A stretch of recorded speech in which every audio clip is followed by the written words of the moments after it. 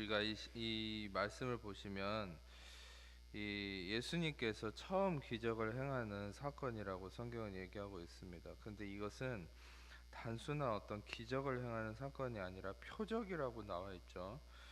이것만이 아니라 그 나중에 두 번째 표적이라고 해서 이 표적은 실은 어떤 계시적인 측면에 깊은 의미를 담고 있습니다. 이 그런 어떤 계시적인 측면이라 함은 실은 예수 그리스도께서 어떤 존재인지를 드러내는 그런 측면을 나타내는 것입니다. 단순한 어떤 사건적인 기적만을 얘기하는 것이 아니라 실은 이 모든 이 표적, 사인이라고 표현되는 이런 말들은 예수 그리스도의 존재적인 그 아주 진리의 측면을 나타내는 부분이다라고 우리가 이해를 해야 되는 것이죠. 그래서 이 사건은 소위 여러분들이 잘 아는 것처럼 또 어릴 때부터 성경을 알아셨던 분들은 가장 많이 접했던 사건 중에 하나가 이 바로 물이 포도주가 되는 사건, 이것을 잘 알고 있을 겁니다. 근데 이 물이 포도주가 되었다는 이 사건은 어떤 단순한 기적만을 의미하는 것이 아니라고 처음에 말씀드렸죠. 이것은 표적이고, 이 표적이라는 말은 기적과 다른 말입니다. 이것은 아까도 설명했듯이 바로 예수 그리스도가 어떤 분이신지를 나타내는 그런 진리의 측면을 얘기하고 있는 부분이다, 이렇게 이해해야 되는 것이에요. 그래서 여러분들 실은 이 말씀의 대략적인 사건을 우리가 훑어보면 이 잔치에 예수님이 가셨는데 포도주가 떨어졌죠. 그래서 포도주를 필요로 하는 상황 속에서 마리아, 어머님 마리아가 부탁을 해서 예수님께 요청을 했던 예수님께서 물을 떠오라 했는데 그 물이 왔을 때 포도주로 바뀌어 있었죠. 다시 말하면 이 물이 포도주가 되는 사건은 두 가지의 측면으로 나눕니다. 첫 번째는 그냥 포도주, 두 번째는 물이 포도주가 된 거. 그러니까 두 가지가 있는 것이죠. 이 잔치에 참여한 사람들은 두 가지를 다 맛을 봤습니다. 먼저는 포도주를 먹었죠. 근데 그 다음에는 뭘 먹었습니까? 물이 포도주가 된 거, 포도주로 바뀐 그 물을 먹었죠. 근데 사람들의 평가는 어땠습니까? 원래 잔치에는 먼저 좋은 포도주를 내는 것이 이게 진리다는 것이죠. 그러니까 먼저 좋은 포도주를 마시고 그 다음에 떨어지면 좀 덜 좋은 거, 이걸 먹는 게 상식인데, 사람들이 얘기하는 바는 물이 포도주로 바뀐 것을 먹어보고 여긴 참 특이하다는 거예요. 왜냐하면 좋은 것을 나중에 내줬다는 거죠. 그러니까 사람들의 평가는 뭡니까? 다시 말하면 그냥 포도주보다 물이 포도주로 바뀐 그것을 더 좋은 것이다 라고 이렇게 얘기하고 있다는 사실입니다. 중요한 것은 여기서 그냥 포도주와 물이 포도주가 된 것, 그것의 의미가 무엇이냐라는 것이죠. 여러분, 일단 이 물이라는 것의 속성을 우리가 알아볼 필요가 있습니다. 물이라는 것, 실은 신약에서는 성령이나 또 여러 가지 그런 좋은 의미가 있지만, 실은 구약적 표현에서는 물이라는 것은 저주와 심판을 나타내는 겁니다. 실은 이 물이라는 것은 여러분 잘 아시다시피 노아의 홍수 때 이 물이 바로 온 세상을 심판하는 도구가 되었죠. 그래서 실은 이 물은 지금 상황에서는 저주나 심판을 의미하는 바로 그것이 될 수 있습니다. 그래서 이 물이 포도주가 된 것은 무엇인가? 실은 여러분들에게 저번에도 한번 포도나무의 진리에 대해서 말씀을 나눈 적이 있죠. 근데 이 포도나무는 무엇을 상징한다고 했습니까? 그 포도나무는 그리스도를 상징한다고 했습니다. 그런데 그 포도나무가 예수다라고 예수님 자신을 증거하지 않았죠. 예수님 자신을 뭐라고 얘기했냐면 그냥 포도나무가 아니라 나는 참 포도나무다, 이렇게 얘기했죠. 바로 그 예수님은 바로 참된 것, 진리의 포도나무가 바로 예수님 자신임을 나타내는. 왜 예수님이 자신을 참 포도나무다 이렇게 얘기했을까요? 그것은 많은 사람들이 자기가 그리스도다, 또 예수님처럼 자기가 중심됨을 얘기하지만 그것은 참된 것이 아니라는 거예요. 바로 예수님만 참된 포도나무고 참된 그리스도다라는 걸 얘기하고 있다는 거예요. 그런 측면에서도 여러분, 이 포도주라는 것은 아주 비슷한 측면을 나타내고 있죠. 그것은 뭐냐면 이 포도주라는 것은 바로 예수님의 생명을 나타내는, 예수님의 피를 나타내는 겁니다. 그런데 여러분, 이 포도주라는 것은 또 바꿔 말하면 그냥 피를 의미하기도 해요. 그러니까 여러분, 사람들은, 이 세상은 여러모로 희생을 말합니다. 가장 값진 희생은 뭡니까? 내가 누군가를 위해서 죽어주는 희생이죠. 그 희생은 바로 피 흘림의 희생입니다. 그런데 피를 흘렸다고 해서 그 피가 다 값진 피가 될 수는 없는 것이죠. 왜냐하면 모든 사람들은 죄 아래 있기 때문에 자기가 자기 죄값을 치러야 되는 죄인의 피를 흘려봤자 그것은 인간적 측면의 희생일 뿐이지 어떤 능력의 희생이 아닐 수 있다는 것이죠. 그래서 이 포도주는 피를 나타내고 나아가서는 어떤 무언가의 희생을 나타내지만, 여러분, 그 희생이라는 바로 이 피값, 이 포도주가 사람들에게 기본적인 맛을 줄 수는 있습니다. 감동을 줄 수도 있겠죠. 어떤 사람들에게 뜨거운 어떤 은혜가 될 수도 있겠습니다. 그 피값이, 그 희생이, 이 포도주가. 그런데 여러분, 중요한 것은 더 좋은 것이 있다라고 성경은 얘기하죠. 더 좋은 포도주, 더 좋은 것은 무엇입니까? 여기서 얘기하는 건, 그것은 물이 포도주가 된 것이죠. 물이 포도주가 됐다는 것은 무엇입니까? 그것은 한번 저주를 거친 거예요. 저주 아래 있던 것이 바로 피값의 희생으로 인해서 그 저주가 바뀐 거. 할렐루야. 바로 그 저주가 바뀌어진 그 피값, 그 희생, 바로 그것이 더 좋은 것이다, 이렇게 얘기하고 있어요.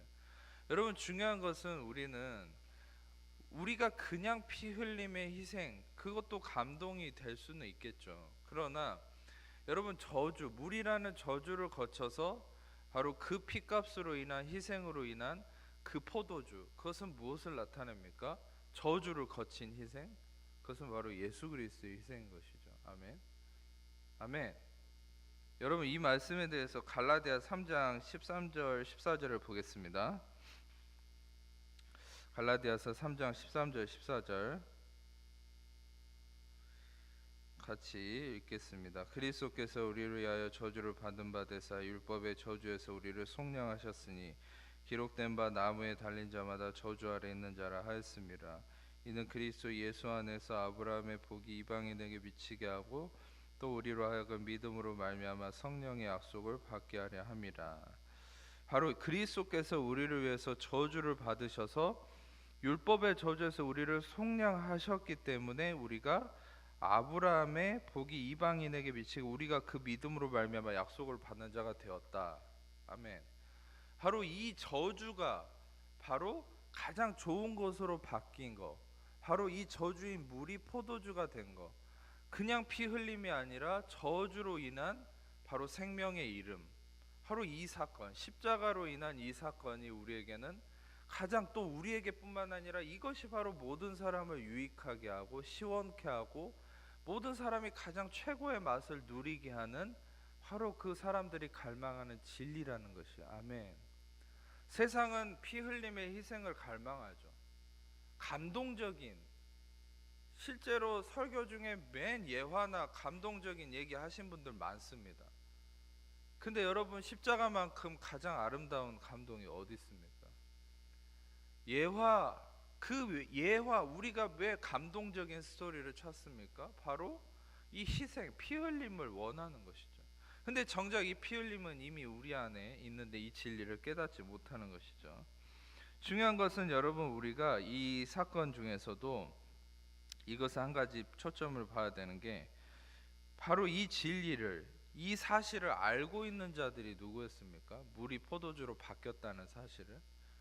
그것은 여기 하인들이죠. 물도온 하인들은 이 진리를 알고 있었죠.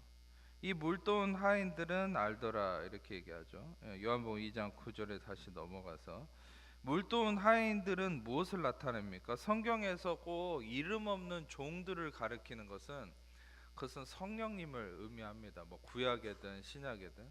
근데 여기서 물도온 하인들은 안다라는 게 무슨 의미입니까? 바로 이 사건에 대한 증인이죠.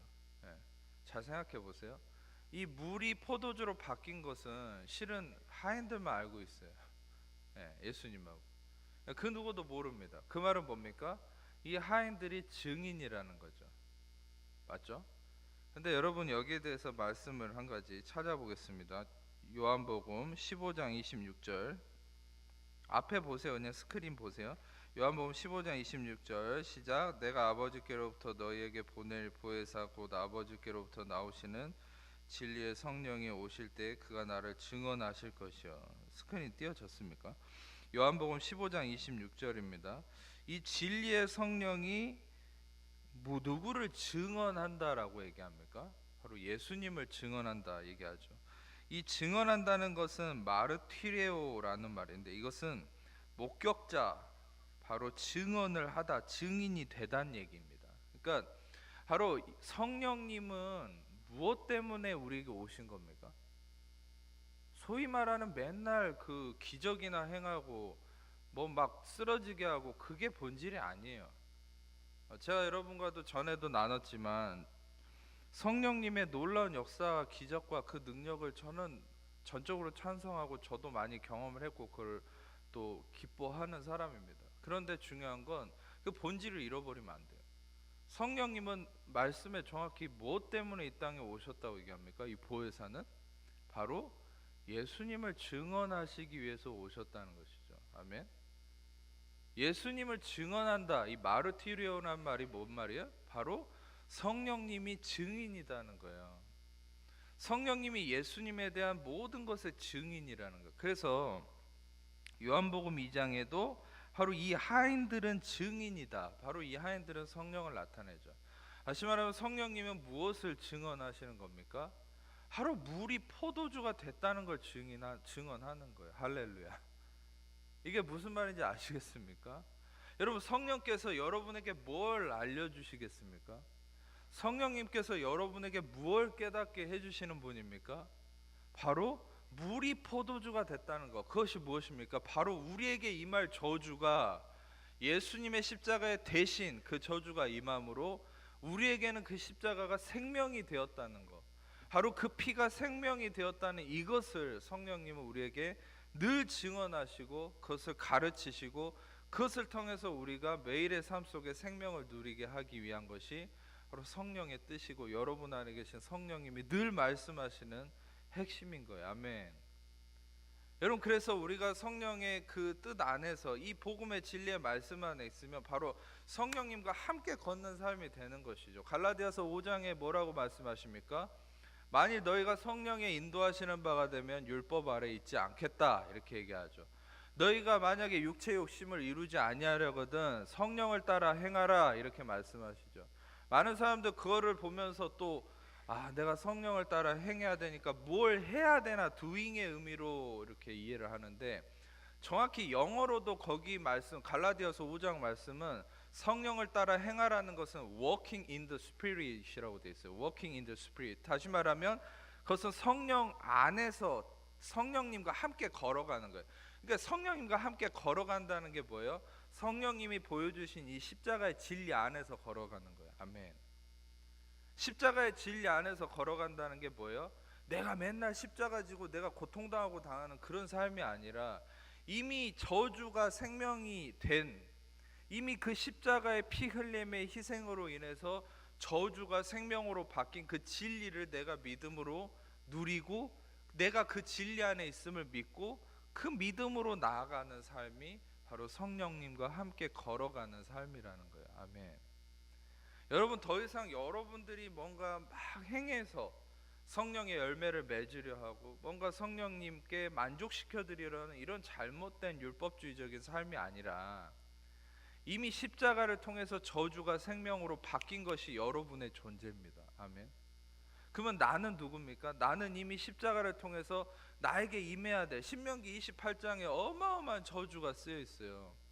신명기 28장을 보면 여러분 14절까지만 딸랑 축복이고 나머지 50 몇 절까지는 다 저주입니다. 근데 여러분이 읽어보세요. 이 저주는 읽기도 두려운 말들이 써져 있어요. 근데 여러분 생각해 보세요. 우리가 예수님의 십자가의 저주하심과 그 저주로 인한 생명의 바뀜이 없었다면 우리가 그 저주 아래 갇혀야 되는 거거든요. 근데 바로 그 저주를 십자가를 통해서 생명으로 바꿔버렸죠. 마치 광야에서 이스라엘 백성들이 물이 없다고 탄식할 때 마라의 쓴물을 경험했죠. 그때 하나님께 구했을 때 하나님이 한 나뭇가지를 던지게 했죠. 그 물에. 그 물이 어떻게 됐습니까? 달콤하게 되었죠. 할렐루야. 그 나뭇가지 뭡니까? 십자가죠. 제가 나중에는 이것을 원어적으로 깊이 있게 해석을 해드리겠지만 지금 간단하게 말씀드리면 그 나무는 십자가가 바로 여러분의 쓴물을, 바로 그 쓴 물, 바로 저주를 생명으로 바꾸는 거죠. 아멘. 오늘 말씀처럼 물이 포도주가 되는 것처럼 여러분, 세상은 그냥 포도주도 많이 먹어요. 여러분이 세상을 가면 죄송합니다. 여러분이 세상을 향해 나아가면, 이거 녹음되고 있는데 이런 저기 하면 안 되는데 할렐루야. 세상을 향해 나아가면 여러분들이 이게 감동적인 거, 그 피 흘림, 좋은 포도주도 많습니다. 세상엔. 그러나 물이 포도주가 된 것은 없다는 거죠. 바로 저주가 생명으로 바뀐 그 진리는 없다는 거예요. 아멘. 바로 그것은 그리스도 안에만 있는 것이죠. 아멘. 누구도 저주를 생명으로 바꿀 수 있는 존재는 이 땅에 없습니다. 오직 예수님밖에 없는 것이죠. 아멘. 방금 읽은 것처럼 바로 예수님이 저주를 받은 바다. 왜 여러분, 제가 전에도 나눴지만 왜 예수님이 십자가라는 사형 도구를 당하셨습니까? 예수님의 사형이 뭡니까? 명목은 신성모독이고, 신성모독은 유대인의 법에 의해서 돌에 맞아 죽어야 되는데 왜 하필 예수님은 신성모독이라는 죄목에도 불구하고 이 로마의 십자가형에 처했습니까? 그 십자가형은 페니케아인들이 쓰던 방식이고 로마에서는 처음으로 도입한 사형도구, 이건 익숙한 것이 아닌데 왜 예수님께서 그 십자가에 달려 죽으셨을까요? 그것은 아까 갈라디아서 3장 13절의 말씀처럼 바로 율법에, 나무에 달린 자마다 저주를 받은 바 되었다. 바로 예수님께서 나무에 달리셔야만이, 바로 나무라는 어떤 사형 도구에 달리셔야만이 우리를 대신해서 저주를 받으셔서 우리가 그 저주를 피해가고 그 저주가 아닌 예수님의 십자가를 통한 생명의 축복이 우리에게 임하게 된다는 것이죠. 아멘. 바로 아브라함의 복이 우리에게 미치게 하기 위해서 예수님이 나무라는 도구를 통해 율법을 이루는, 바로 율법의 그 저주 아래 갇히는 일을 하셨다라는 것이죠. 할렐루야. 그것은 바로 예수님께서 물을 포도주로 바꾼 그 진리와 상통하고 있다라는 것이죠.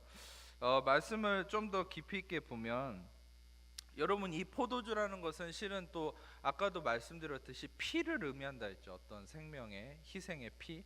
그런데 여러분, 제가 이번 주일날도 나눴지만 이와 아주 비슷한 사건이 창세기 25장 30절에 나와 있는데 스크린을 보시겠습니다. 창세기 25장 30절. 창세기 25장 30절을 보십시오. 야곱에게 이르되 내가 피곤하니 그 붉은 것을 내가 먹게 하라 한지라. 그러므로 에서의 별명은 에돔이더라. 이 스크린 떠 있습니까? 예.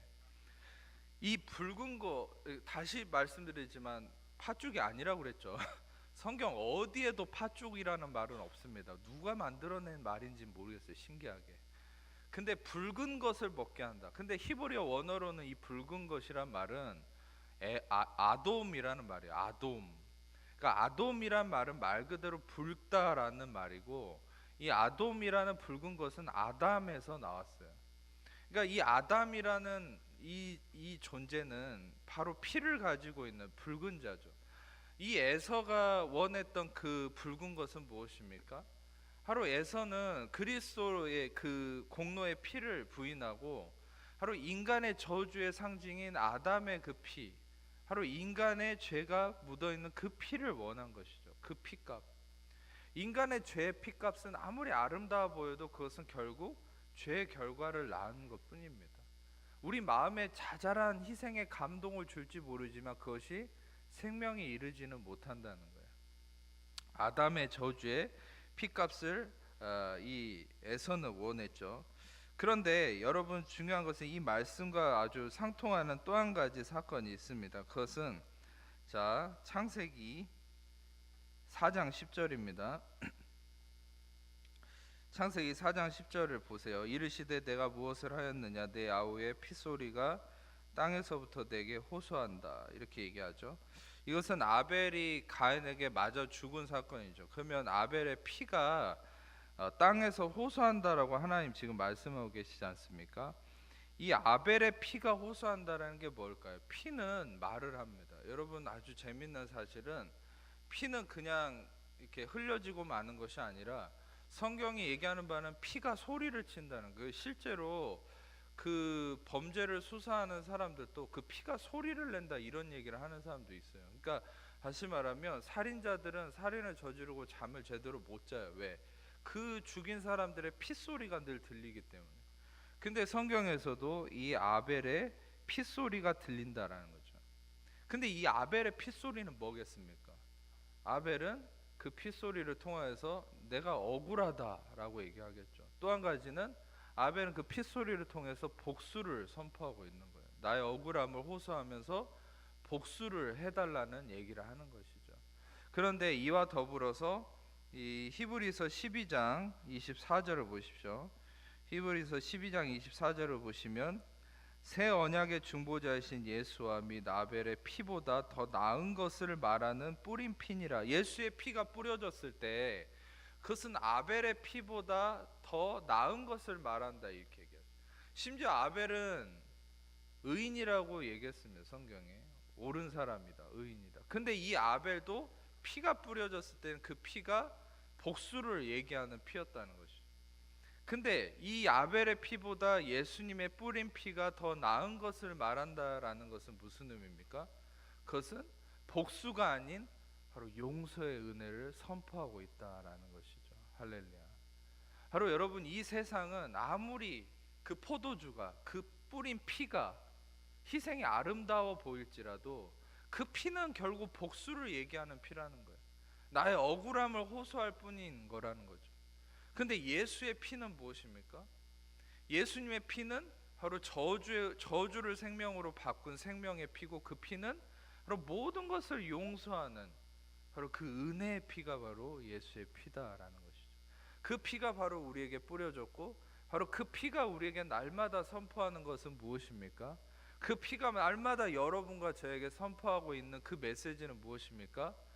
너는 더 이상 저주 아래 있지 않고 너는 은혜와 생명 아래 있다. 할렐루야. 그 피가 우리에게 뭘 얘기합니까? 너는 생명을 얻었고, 너는 용서받았고, 너는 의로운 자고, 너는 하나님의 사랑 안에 있다. 이것을 얘기하는 것이 바로 예수님의 피가 외치는 소리라는 것이죠. 아멘. 아멘. 중요한 것은 여러분, 이 피는 무엇을 얘기한다고요? 바로 물이 포도주로 바뀐 바로 그 피라는 것이죠. 저주가 거쳐진 피. 그 저주는 원래 우리가 당했어야 되지만 예수님을 통하여서 이제 우리가 아닌 예수님의 저주로 말미암아 우리는 생명으로 옮겨졌고, 예수님으로 말미암아 우리는 은혜 아래 거하게 된 놀라운 용서의 피다라는 것이죠. 여러분, 오늘 말씀을 통하여서 정말 참된 우리가 붙들어야 될 이 피의 은혜는 무엇입니까? 그것은 바로 세상의 어떤 그 피를 흉내낸 그 희생의 아름다운 감동적인 그런 포도주가 아니라 바로 물이 포도주로 바뀌어서 이루어진 바로 그 예수님의 피의 공로라는 것이. 마지막으로 나누고 싶은 것은, 그러면 여러분, 이 피가 근본적으로 또한 우리에게 얘기하고자 하는 핵심적인 의미가 있습니다. 바로 예수님의 피는 우리에게 무엇을 계속적으로 선포하고 있을까요? 아까도 말씀드렸듯이 물론 우리의 용서와 우리의 저주가 끝났음과 우리의 생명을 선포하지만, 궁극적으로 이 예수님의 피는 우리에게 외치고 있는 그 메시지가 있습니다. 그게 뭐냐면 사도행전 13장 38절에서 39절 볼게요. 사도행전 13장 38절에서 39절을 같이 읽어보겠습니다. 이것은 시작. 그러므로 형제들아 너희가 알 것은 이 사람을 힘입어 죄 사함을 너에게 전하는 이것이며 또 모세의 율법으로 너희가 의롭다 하심을 얻지 못하던 모든 일에도 이 사람을 힘입어 믿는 자마다 의롭다 하심을 얻는 이것이라. 이 사도행전 13장은 이고니온이라는 곳에서 바울이 이 설교했던 모든 내용이 담겨 있는 이 설교문입니다. 사도행전 13장은. 그러니까 사도행전 13장의 그 설교문 중에 핵심이 바로 38절과 39절. 이 바울이 가는 곳마다 뭘 설교했느냐, 그걸 보려면 사도행전 13장을 보시면 돼요. 근데 그 사도행전 13장 중에서도 바울이 얘기하는 소위 Gospel of Grace, Word of Grace, 다시 말하면 은혜의 복음이라는 게 뭔가, 소위 말하는 사람들이 나에게 가르쳐주고 내가 사람들에게 배운 바가 아니라 그리스도께서 나에게 직접 계시하신 바로 그 복음. 갈라디아서 1장에도 바울이 얘기했죠.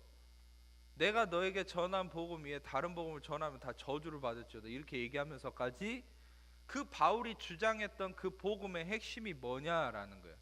그게 바로 사도행전 13장 38절과 39절이에요.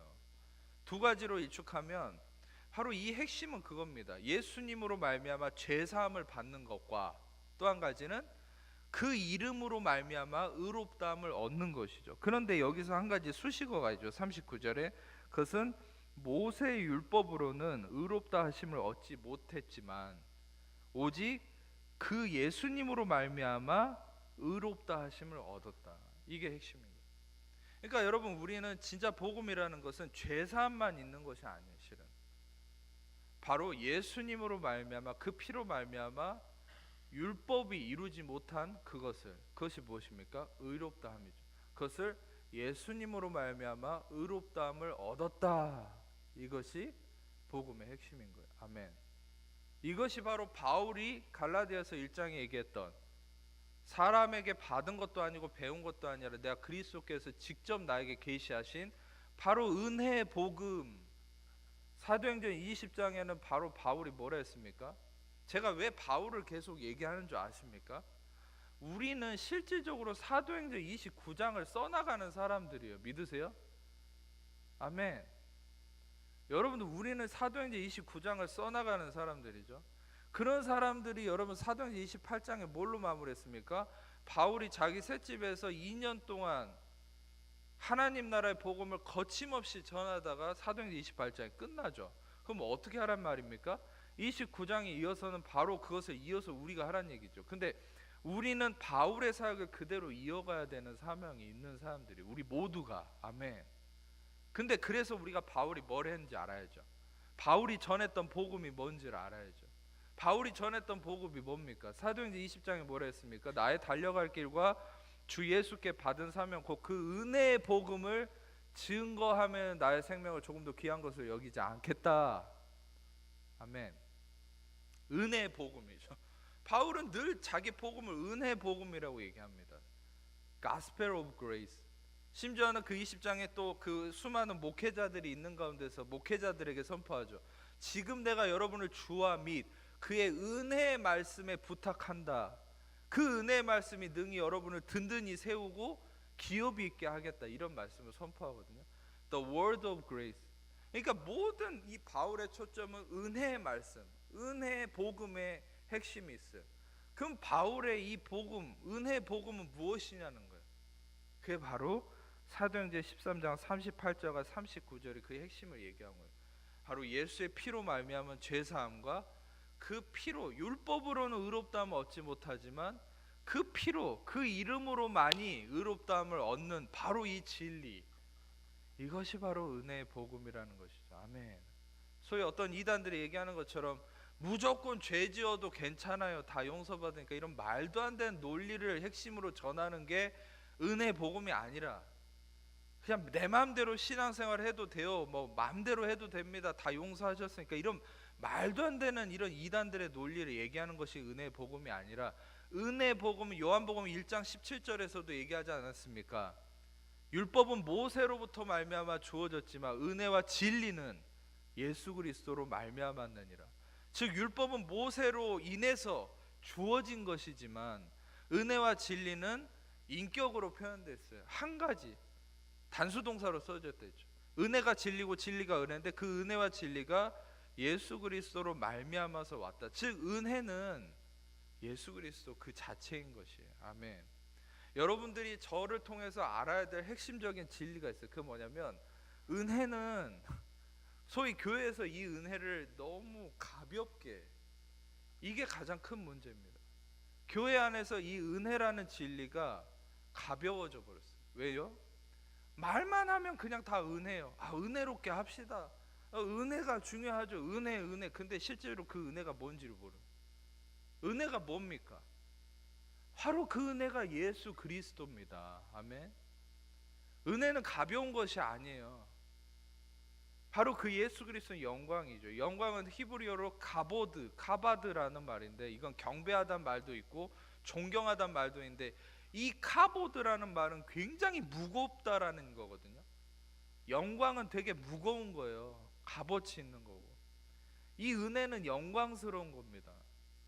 그런데 은혜를 너무 가볍게 취급해버렸어요. 어디만 가면 그냥 은혜 받았습니다. 은혜 받았습니다. 근데 그거는 은혜의 정확한 정의가 아니죠. 그 단어는. 은혜라는 건 예수 그리스도예요. 아멘. 은혜는 예수 그리스도 그 자체입니다. 할렐루야. 바로 바울이 얘기했던 은혜 복음은 무엇입니까? 그럼 바울이 고린도전서에 정확하게 밝히고 있죠. 아무리 내가 많은 걸 알고 배웠지만 나는 예수 그리스도와 그 십자가 외에는 아무것도 알지 않기로 작정했다, 이렇게 얘기하죠. 바로 예수 그리스도와 그 십자가만이 은혜의 핵심이고 그것이 사람을 살리는 거. 바로 그래서 예수님은 그 십자가를 성령을 통해서 바울에게 그 핵심을 전해서 은혜 복음을 전파하게 한 것이죠. 할렐루야. 바로 많은 사람들은 좀 덧붙여서 말씀드리면 나의 필요에만 이렇게 국한돼 있어요. 그러니까 설교를 원해도 목사님 어떻게 하면 돈을 많이 벌까요? 어떻게 하면 뭐 더 잘 살 수 있을까? 이런 식의 설교, 이런 식의 예화만 맨날 원하고 있어요. 근데 여러분, 왜 제가 이 얘기를 드리냐면 사도행전 28장을 보면 바울이 자기 셋집에서 이 은혜 복음을 전하는데도 사람들이 둘로 나눠져요. 어떤 사람들은 받아들이고 어떤 사람들은 거부를 하는 거예요. 그러니까 서로 부딪히는 거예요. 그래서 그 중에 심지어 바울이 복음을 전해도 안 받아들이고 이게 떠나가 버린 사람들이 있어요. 그래서 바울이 이 이사야서 말씀을 인용하잖아요. 그들이 눈이 가려져서 듣기는 들어도 듣지 못하고 보아도 보지 못한다. 눈이 가려져 있고 귀가 가려져 있다. 듣기가 둔한 자들이다. 이렇게 얘기하죠. 왜 그럴까요? 왜 하나님의 은혜의 진리를 들었음에도 왜 알아먹지 못하고 여전히 그 은혜의 진리신 예수님을 받아들이지 못합니까? 삶 속에 내 필요에 갇혀버린 거예요. 항상 내가 원하는 것만 추구하는 거죠. 예수님을 얘기하는 순간 딱 마음이 닫아져 있어요. 목사님은 왜 예수님 얘기만 하지? 목사님은 내가 저기 원하는 내 이 군생활의 문제, 인간관계의 문제, 왜 그거에 대한 해결점을 얘기 안 해주고 왜 맨날 예수님 얘기만 하는 거예요? 왜 맨날 예수님 십자가 얘기만 하는 거야? 그런 분도 있지 않습니까?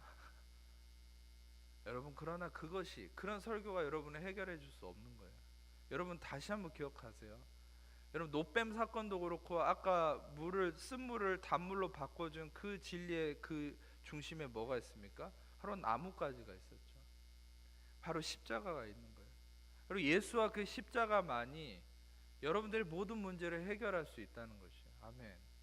실은 이 예수님과 십자가에 대한 이 진리가 제가 단순한 언어풀이라고 생각하신다면 큰 오산입니다. 단순한 지식적인 해석이라고 생각하면 큰 오해입니다. 바로 제가 말씀드린 이 모든 건 예수님 그 자체를 드러내는 이 사역인 거예요. 여러분들은 실은 이 말씀을 지금 30-40분 가까이 듣는 가운데 여러분들의 실질적인 문제와 이것이 연관성이 없을 수도 있어요. 표면적으로는. 그런데 여러분들이 지금 이 말씀을 통한 예수님이 어떤 분인지, 바로 어떤 예수님의 진리가 숨어 있는지를 이 듣는 순간부터 지금 여러분들의 모든 문제는 이미 해결되었고 해결되고 있습니다. 할렐루야. 왜냐하면 그 예수가 바로 씨앗이 되고 그 예수가 바로 능력이기 때문이에요. 아멘. 여러분들이 아셔야 될 것은 우리가 추구해야 될 바는 무엇입니까? 바로 예수 그리스도 그 십자가 외에는 아무것도 없는 것이죠. 은혜의 복음 예수 그리스도.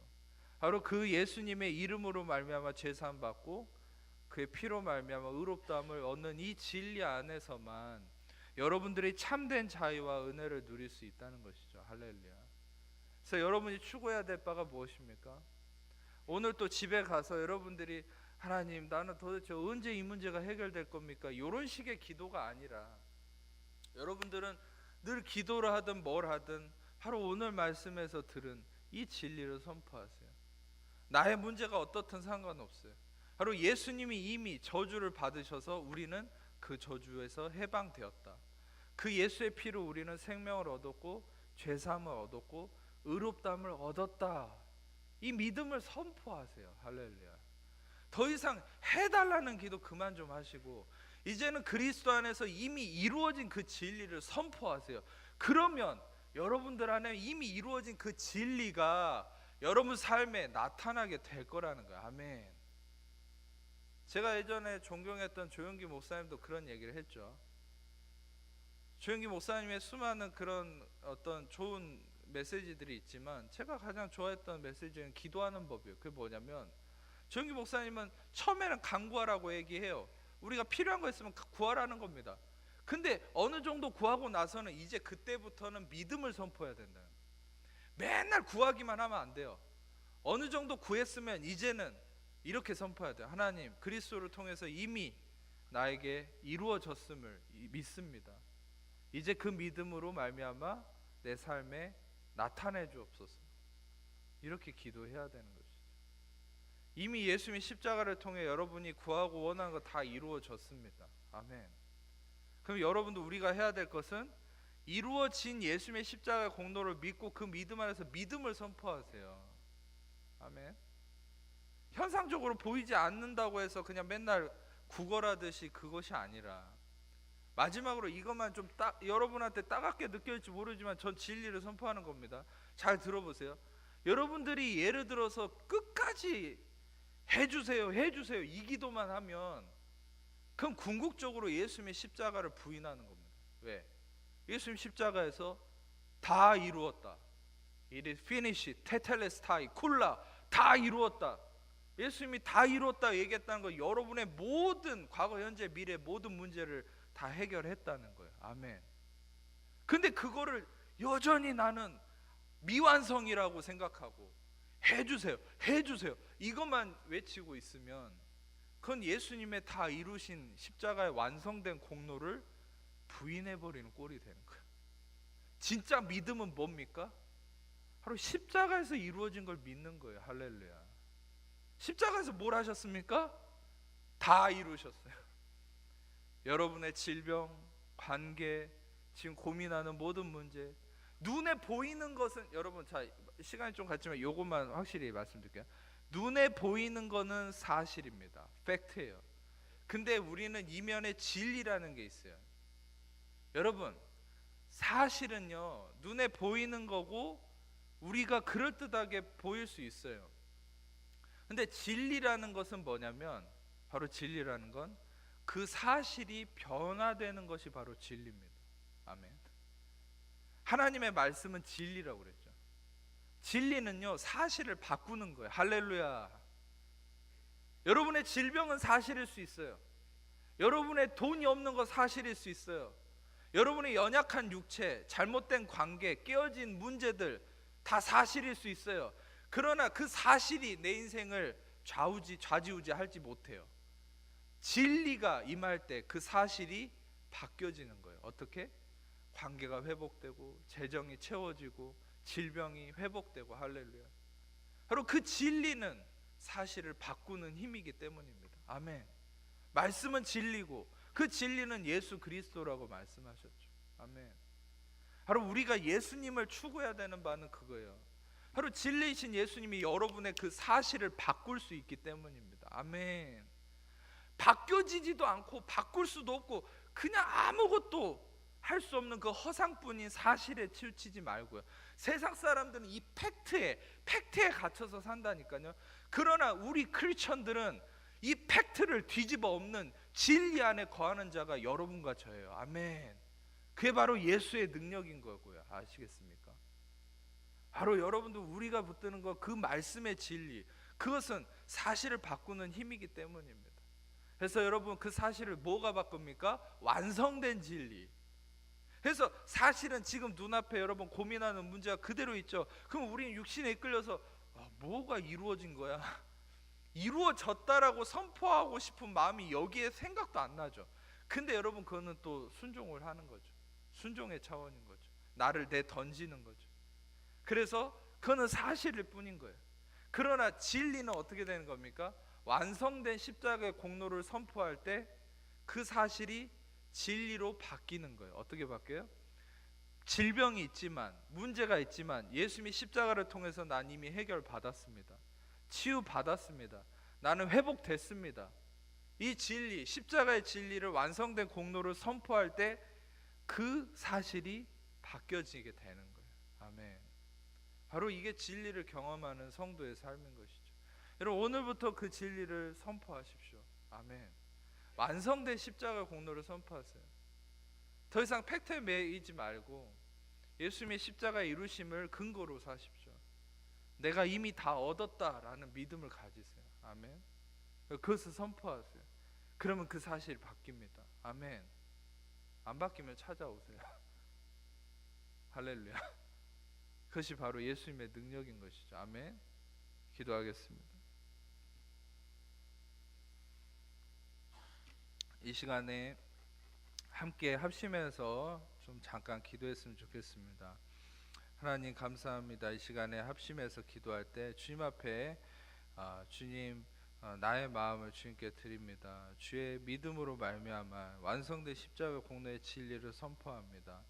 이 시간에 그 믿음 안에서 여러분들 각자가 믿음으로 선포하고자 하는 그 진리를 좀 주님 앞에 선포해 보셨으면 좋겠습니다. 잠깐 1, 2분 정도 우리 주님 앞에 그 완성된 십자가의 공로를 근거로 이미 이루어졌음을 믿습니다. 주님께서 이루셨음을 믿습니다. 이 믿음을 선포하면서 좀 잠깐 주님 앞에 기도하며 나아가시겠습니다.